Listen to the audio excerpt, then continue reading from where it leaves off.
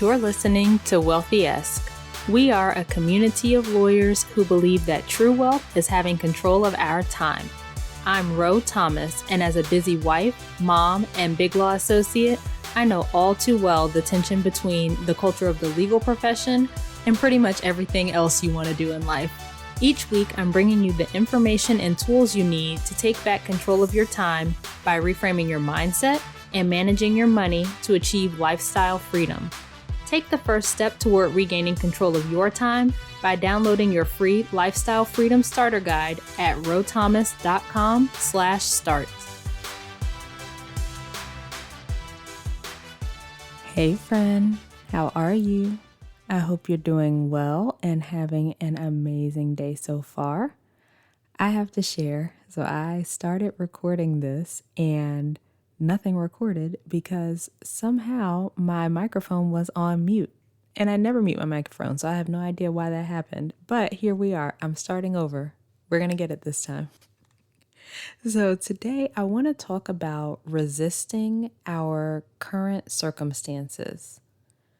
So many of us resist our circumstances, whether it's not liking your job or not liking something about a relationship or your financial situation or something else happening in your life.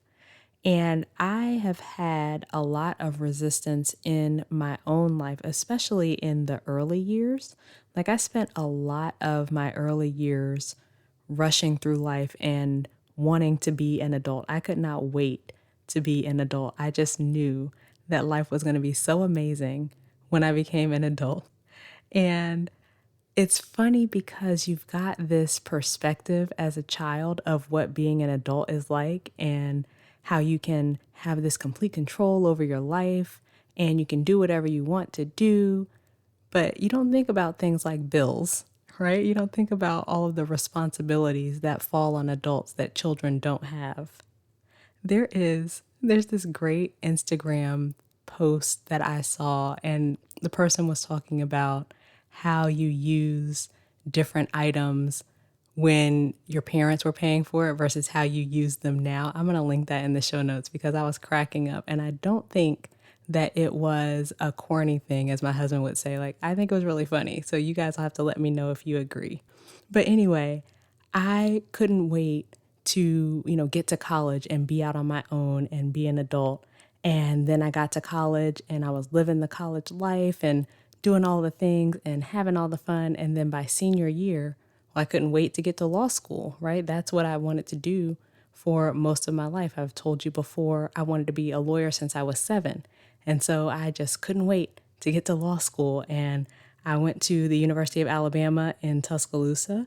And by my 3L year, I had a job offer here in Atlanta. I was newly engaged. I had just gotten a taste of what my life would be like at my new firm from the summer program. And I couldn't wait to get back to Atlanta and start my life with my fiance, now husband. These next stages were always so exciting at first. Like, oh my gosh, I'm on my own. I'm in college. I'm finally in law school. I'm doing it. I'm going to be a lawyer. Oh, I'm going back to Atlanta. I'm going to be doing this and doing that. All the thoughts about what that next stage would be like. And I was resisting the current circumstance, right? I remember thinking that each next stage would be better than the one I was in at the time. And that's just not true. Like, it'll be great for a while, but when the novelty wears off, then it's just your life. You adjust to it. I remember spending a lot of time thinking about when I get to the next stage and researching things related to that next thing. So like, for example, when I was in law school, my 3L year, and I'm thinking about, moving back to Atlanta, I was spending a lot of time looking at apartments and things like that. And this wasn't like, oh, I'm moving in a couple of months, so let me look at some places. Like, I was looking probably from the start of my 3L year. Like, I was resisting having a whole year to go in law school, and I was so focused on when I would graduate and would be going back to Atlanta. And I did the same thing with our debt. So we made a budget for the first time, and we were going along and things weren't progressing as quickly as I wanted. Like we weren't paying the debt down as quickly as I wanted to, which doesn't make any sense, right? When you think about it, because we started with over $670,000. So how quickly did I expect to be paying that off? But here's the thing, like we made our budget and we were already living fairly lean. Like we had planned things out where we weren't spending extravagantly in these different categories. But then I started looking for things that we could cut in our budget. And my logic made no sense because we're over $500,000 in debt. So let me see if we can cut this $50 on our grocery budget. Like what? That made no sense.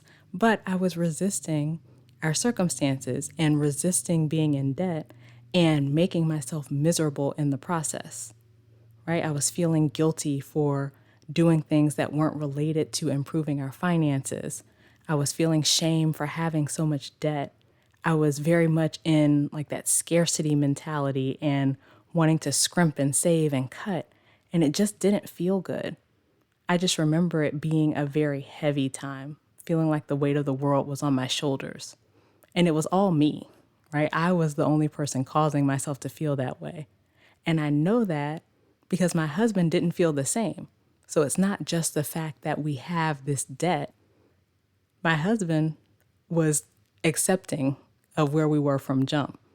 And that's not to say it wasn't hard on him. I mean, I can't, speak for him, so I can't say whether it was hard or not.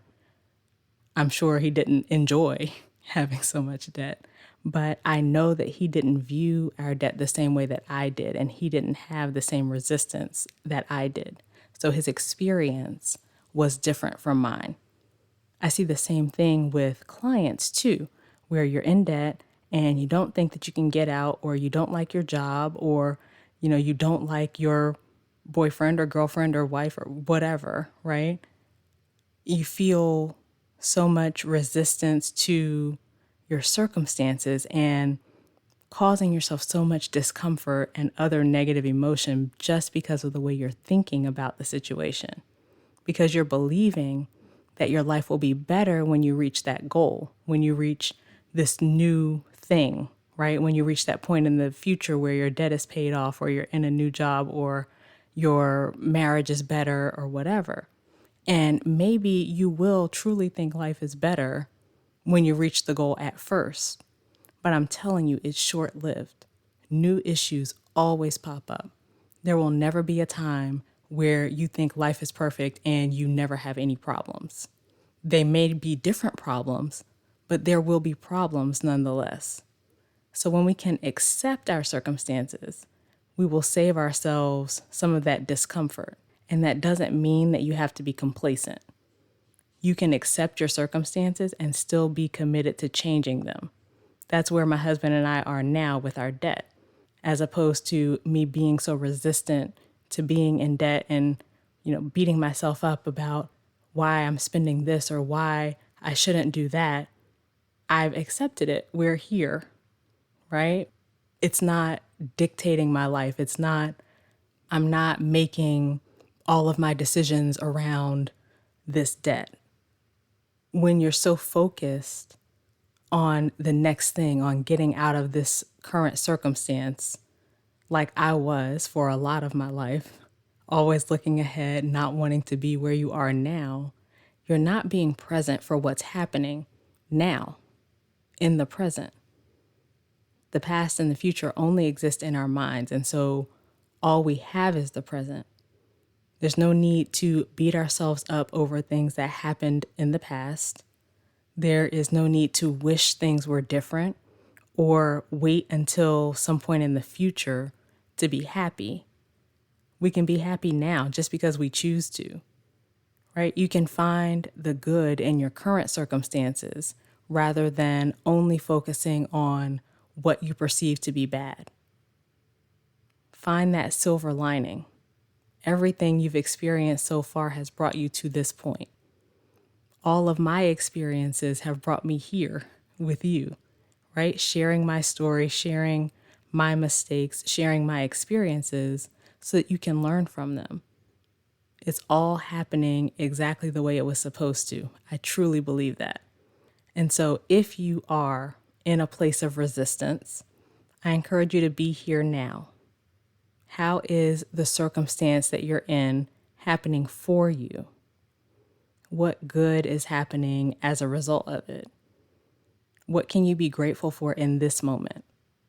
And again, I'm not saying that you should be complacent and give up on your goals and just settle for where you are, but you can be committed to your goal while also being good with where you are now.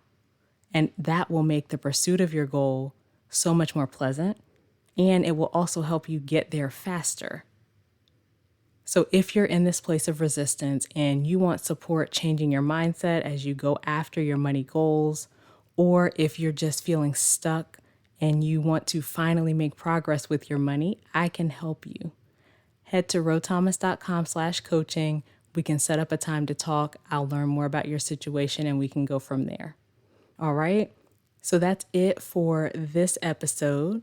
Please take a second, subscribe to the show on whatever platform you're listening on, share this message with a friend, leave a review.